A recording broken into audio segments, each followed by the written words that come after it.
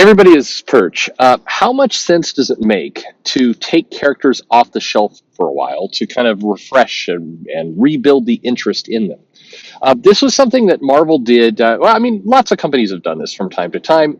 Disney, there's this famous kind of method that they use for intentionally making some of their movies go out of distribution. Now, the whole world of streaming kind of throws that on its ear a little bit.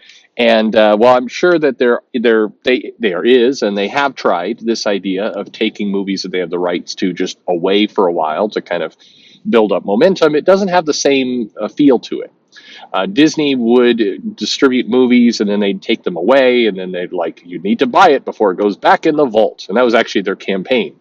And then they'd come out a year or two later with like, now it's the Diamond Platinum Special Sapphire Edition, and now it's the Emerald Edition. And so it was a way to get, people to buy the same film over and over again, and also to generate this false sense of urgency around picking that content up.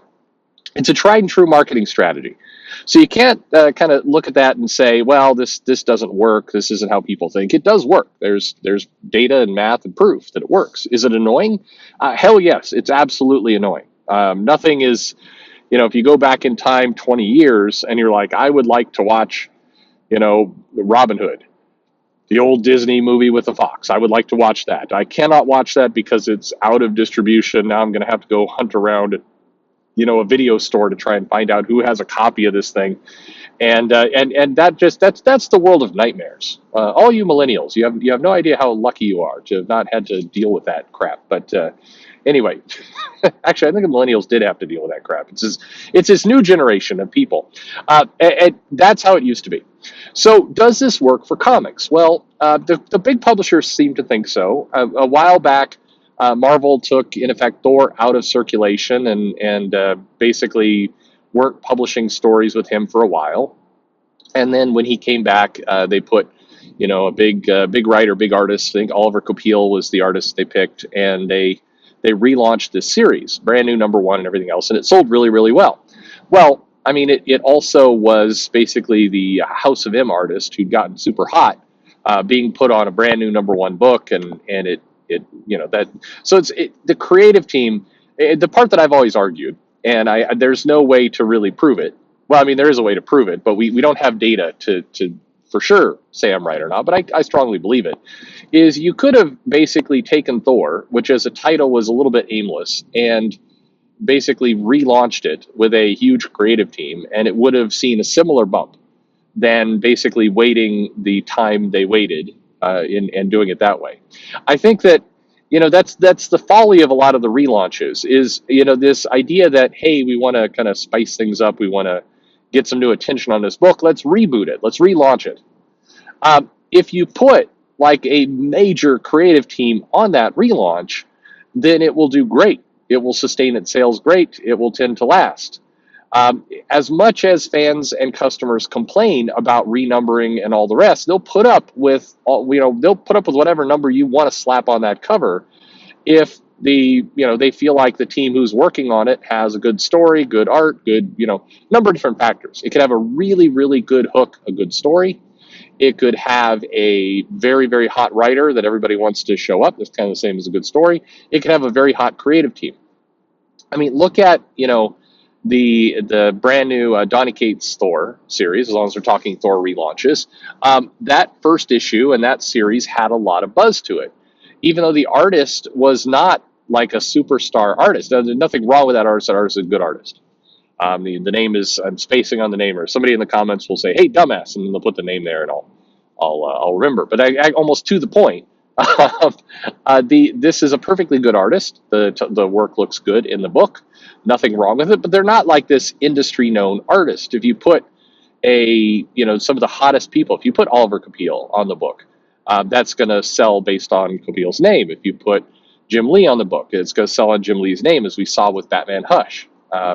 But in the case of Thor, you relaunched the book and you had Donny Cates on it. Donny Cates is a very hot creative talent, and so people came in to see it, and it happened the story hooked them too, and all is well. So nobody's talking about, man, they are relaunching this book for the sixth time. It's going to suck. No, it will actually do just fine as a relaunch if the creative team is great. Now, I'll take it one step further on behalf of the collectors and the fans and the customers and say you could also just not relaunch it and just have a new creative team on the book and promote that creative team and just people will deal with the fact that it's issue 394. Like they'll be okay. That's the whole thing about numbering. It doesn't really matter either way. If it's a good story, it's a good creative team. People will put up with it if it's a number 1 or a number 800. It does not really matter from that standpoint. There's a lot of conversation that goes on around comic numbering and how it's important, and it's why are we relaunching? Oh, relaunching is what's necessary to freshen up the book, and all the rest. But at the end of the day, I think the content inside the covers is what sells it or doesn't. But the original premise, and it was I'm going on to this because of the question. It's like, do I think that comics every now and then should just stop publishing something for that character, let 6 months go by, build up a little bit of demand, and put that back out again? And my answer is generally, I think no. And my own personal opinion, I don't think I don't think it matters. I don't think absence makes the heart grow fonder really applies too much here. We had the Fantastic Four go away for a long time, or what felt like a long time.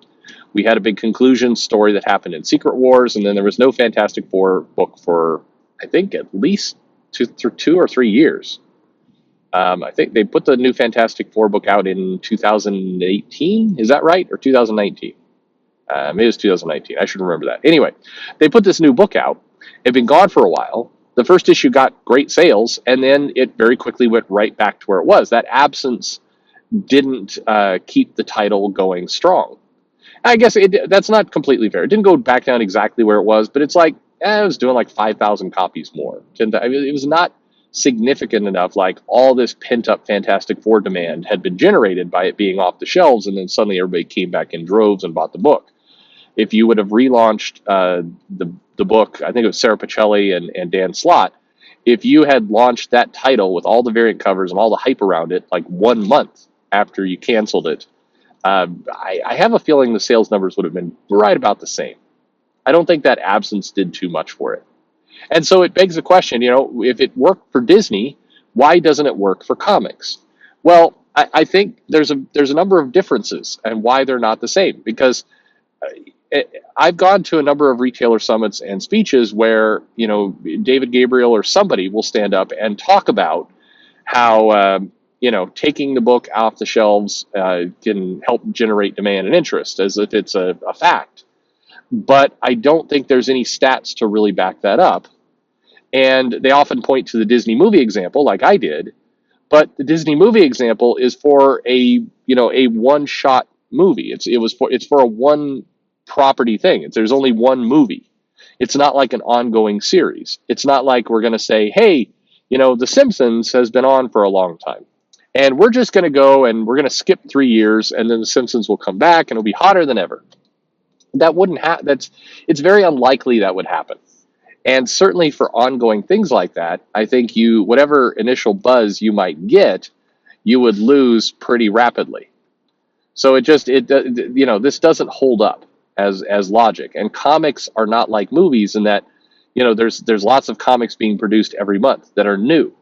There's not, 80 Disney movies being produced every month to the point that you want to take one of those movies and say, now we're gonna just take a break for 3 years and then come back with it. When you're churning out that much content, I think that logic breaks down a little bit. And I do think that's where you'll see with what's going on with streaming and that services and media and movies and everything going on there, there's lots of content. It's like Netflix. I don't think they can say intentionally, hey, Stranger Things, we're worried that, season 3 didn't do as well as season 2. So we're just going to take a 5-year break and then put out season 4 and demand will be really, really hot. I just don't think that logic would hold up. And that's the analogy I think fits comics very, very well, or at least closer than, say, the Disney were taking a single movie off the shelf for a while and coming back with a special edition to kind of get a bunch of hype and demand built up. I mean, remember, they're also bringing back the same thing. They're not bringing back, it's not like we're saying, hey, Dumbo, we're going to take off the shelves and then we're going to wait 10 years and then there'll be Dumbo 2. And that's our strategy. It may take a while to get to that sequel, but that's because it took a long time to film it, or who knows what. It's not a strategy. It's not intentional that they do it that way. But question comes to you: does this work for you? Do you get a feeling of hype, of anticipation, of promotion? Do you get a feeling of missing a particular property, and that demand gets built up inside of you? So when it finally comes back, you're ready to go. You're super excited, and everything is wonderful. Does that work for you? Maybe I've got it all wrong. Let me know in the comments below. Like and subscribe. Check out the description of this video. You'll see how to get in touch with me, email and social media and all that jazz. And I look forward to hearing from you. But most importantly, and for now, thanks for listening.